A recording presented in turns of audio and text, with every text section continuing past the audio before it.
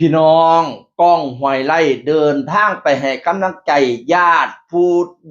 ของผู้ประสบภัยแผ่นดินไหวที่มูลนิธิเต็นท์ของมูลนิธิกันจอมพลังพี่น้องเอ๋ยโอ้ยข่อยเบิ่งคลิปข่อยสิให้น้ำพี่น้องเราไปร้องเพลงให้เขาฟังแล้วก็เป่าปลอบใจเว้าไปเว้ามากก็ให้น้ำเปิ้นเนาะมันเห็นอกเห็นใจกันพี่น้องเอ๋ยก้องห้วยไร่นี่เราเปิดรับบริจาคเพื่อสิเอาเงินไปซอยเหลือ ผู้ประสบภัยแผ่นดินไหว1 วันเดียวได้เงินบริจาค2 ล้านกว่าบาทเล่าแบ่งไป500,000นี่ไปซอยน้องๆสุนัขที่เป็นสุนัขตามหาผู้ประสบภัยดมกลิ่นตามหาผู้ประสบภัยในตึกถล่มนะระบาดนี้ก็อีก1,600,000กว่าบาทนี่โอนให้กันจอมพลังเพราะว่ากันจอมพลังไปตั้งมูลนิธิตั้งเต็นท์ช่วยเหลือญาติของผู้ประสบภัยข้าเจ้าญาติก็เป็นล่ออยู่เต้นรออย่างมีความหวังญาติของผู้ที่ติดอยู่ในตึกถล่ม30ชั้นเนาะกรุงเทพมหานครก็เจ้าก็ทำการค้นหาจกหาอยู่บ่เซาอันญาตินี่ก็นั่งท่าด้วยความมีความหวังพี่น้องเทิงนางเทิงให้ลางคนก็ลูกไปท่าพ่อท่าแม่พ่อแม่ไปท่าลูกท่าเต้าอ้ายเอ้ยไปนั่งท่ากันท่ายังมีความหวังพี่น้องในตึกถล่ม30ชั้นน่ะนะอุ้ยน้ำหนักเป็นหลายพันตันกว่าเขาเจ้าสิงัดกว่าเขาเจ้าสิขนออกมาแม่นว่าสิออกมาแบบร่างดำหรือว่าร่างยังไงเขาก็เขาก็ยินดีแต่เขาก็รออย่างมีความหวังอยากเห็นหน้าลูกอยากเห็นหน้าเต้าอยากเห็นหน้าพ่อหน้าแม่หน้าพี่หน้าน้องที่ติดอยู่ในตึกถล่มนั้นพี่น้องเอ๋ยกันจอมพลังร่วมกับเจเจมอก็เลยไปตั้งมูลนิธิแล้วก็เฮ็ดเต้นเพื่อให้เขาเจ้า เป็นศูนย์พักพิงสำหรับญาติที่ไปรอคอยอย่างมีความหวังพี่น้องนั่งแต่ละมือกับมันเบิดแรงจิตแรงใจเบิดเหียเบิดแห้งว่าสิเห็นพี่เห็นน้องมื้อนั้นก็บ่เห็นจักเที่ยว่าสิเห็นมื้อนี้ก็บ่เห็นจักเที่ยเขาเจ้าก็ค้นหาอยู่บ่เซาโอ้ยเนาะตะลิตนชาติพี่น้องเอ่ยบัดทีนี้พอแต่กองโอนเงินไปให้กับกันจอมพลังเนาะ ทั้งญาติพูดในเต้นก็ดีอกดีใจว่าอยากเห็นหน้ากล้องพะนะว่าความจริงกล้องก็อยากไปหาพี่หาน้องอยู่อยากไปให้กำลังใจอยู่แต่ย่านไปขัดขวางการทำงานบัดนี้ฮู้ว่าพี่กันอยากเจอแล้วก็ญาติในเต็นท์น่ะอยากเจอญาติของผู้ประสบภัยน่ะอยากเจอพะนะว่ากล้องก็เลยสิไปพี่น้องเอ่ยไปในวันที่4ไปร้องเพลงให้เขาเจ้าฟังไสว่าสิบ่ทิ่มกั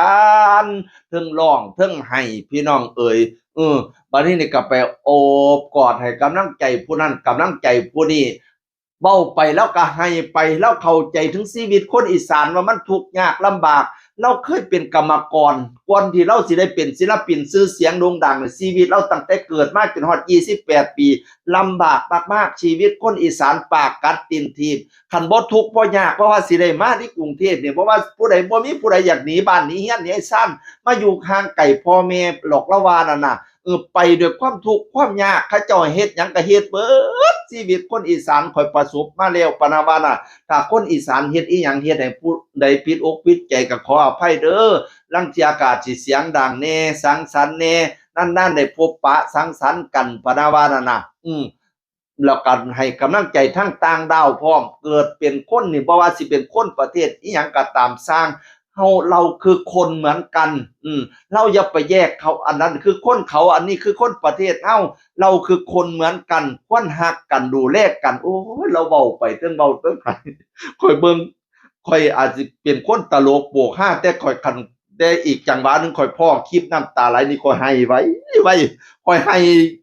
กับกล้องจนนั้นน้ำตาข่อยจื้นเบิดพี่น้องเออ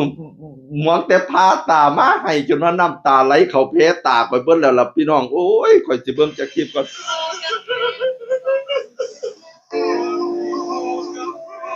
นี้ประเทศนี้เขาไม่ได้แบ่งแยกว่าท่านเป็นใครมาจากไหนเราเป็นมนุษย์เหมือนกันนะครับอย่าได้มองว่ามันไม่ใช่บ้านกูอันนี้ไม่ใช่คนของกูไม่ใช่เราเป็นคน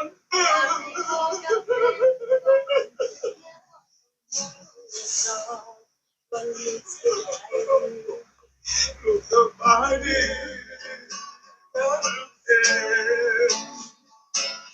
ที่มาอยู่ประเทศไทยที่คนไทยรัก งมาก พวกเราก็คนแค่คนเหมือนกันนั่นแหละ ครับพี่ขอบคุณมากให้กำไร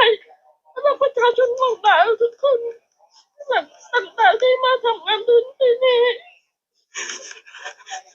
ดีใจ พวกเราก็คนเหมือนกันนะไม่ต้องคิดมากนะ ครับดีใจ ไม่ต้องคิดมากนะ ดีใจที่หนูมาอยู่เมืองไทย15 ปีที่คนไทยรักต่างๆเหมือนพวกหนูไม่บาปมาไม่บาปกัมพูชา ไม่เป็นไรครับ เราก็คนเหมือนกันแค่นั้นแหละครับ ครับ รักกันเหมือนเดิมไม่ได้แบ่งแยกอะไรเลยครับเหมือนกันครับอยู่ต่อนะอยู่ต่อสู้ต่อกินข้าวเยอะๆเอาเท่าที่กินได้ รู้ว่ามันไม่อยากคืนหรอก กินเท่าที่อยู่ได้เพื่อรอพาเขากลับบ้านนะเดี๋ยวผู้ชายคนนั้นจะพาทุกคนกลับบ้านโดยปลอดภัยไม่ต้องห่วง เป็นฮีโร่ของทุกคนนะคะฮีโร่หมดเลยพี่ก๊อฟ เขาไม่ได้เป็นฮีโร่หรอก ใจมาก ไม่ได้ฮีโร่หรอก ถ้าหนูไม่ได้พวกพี่หนูก็ไม่รู้จะไปอยู่ตรงไหนไปรอตรงไหน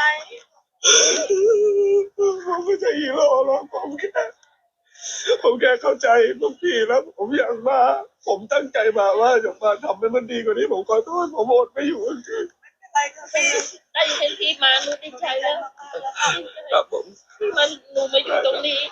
ที่พี่ทุกคนไม่ทิ้งกัน ไม่ทิ้งครับไม่ว่าที่ไหนก็ตามพวกเราก็เหมือนกันโอเคนะครับโอเค โอ้ยเบิ่งไปขอยก็สิให้ไปพี่น้อง โอ้ยเนาะ เจ้าก็ให้ใส่กันเป็นน้ำตาแห่งความเห็นอกเห็นใจซึ่งกันและกันพี่น้องเอ่ยเจ้าสิมาจากประเทศใดก็ตามสร้างเฮาคือคนคือกันช่วยเหลือกันพี่น้องเอ่ยนอกจากนั้นเราก็ไปพ่อเด็กน้อยผู้หนึงพ่อน่ะออกมาแบบร่างดำพ่อเสียชีวิตแล้วแต่แม่น่ะยังติดอยู่ในตึกอยู่อยากให้พ่อกับแม่เห็นความสำเร็จของหนูยังเรียนไม่จบเลยว่าซั่นว่าน่ะตอนนี้อยู่กับยายแล้วก็มีน้องอีก7 ขวบซึ่ง7 เดือนน้องน้อยๆอยู่ซึ่งยายก็ต้องดูแลพะนะว่าน่ะกันจอมพลังก็เลยสิดูแลเรื่องการศึกษาอะไรทำให้ก้องก็สิเป็นพ่อบุญธรรมพร้อมก็สิยื่นมือเข้ามาช่วยเหลือพร้อมโอ้ยเนาะไอ้ซุมเจ้าคำเจ้าคูณเด้ออีหล่าเอ้ยตะลิตวนให้บัดนี้อีกคลิปหนึ่งพี่น้องเราแบ่งเงิน500,000 บาทไปช่วยน้องสุนัข K9 สุนัขที่ทำหน้าที่ติดดมกินซอกหาผู้ประสบภัยอยู่ในกองซากตึก30 ชั้นน่ะแล้วก็โอนเงินไปซอย500,000 บาทบัดนี้น้องสุนัขน่ะก็แล้วก็ทีมงานพี่ๆครูฝึกก็เลยมาร้องเพลง Happy Birthday ให้เราพอก้องห้วยไร่เกิดในวันที่1 เมษายนที่ผ่านมาพี่น้องเอ่ยเป็นความรู้สึกดีๆเนาะโอ้ยตาฮักให้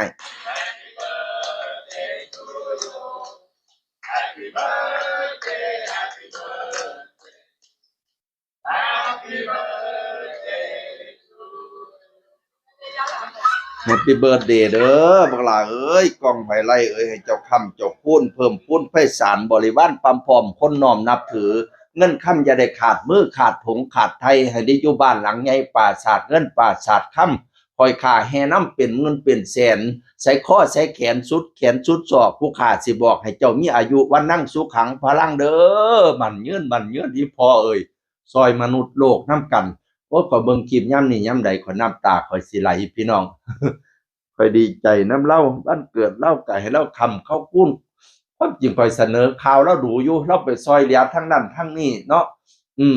แต่ว่า FC ข้อยส่วนใหญ่สิเป็น FC สายหมอลำก็บ่แม่นสายทั้งอินดี้ปานใด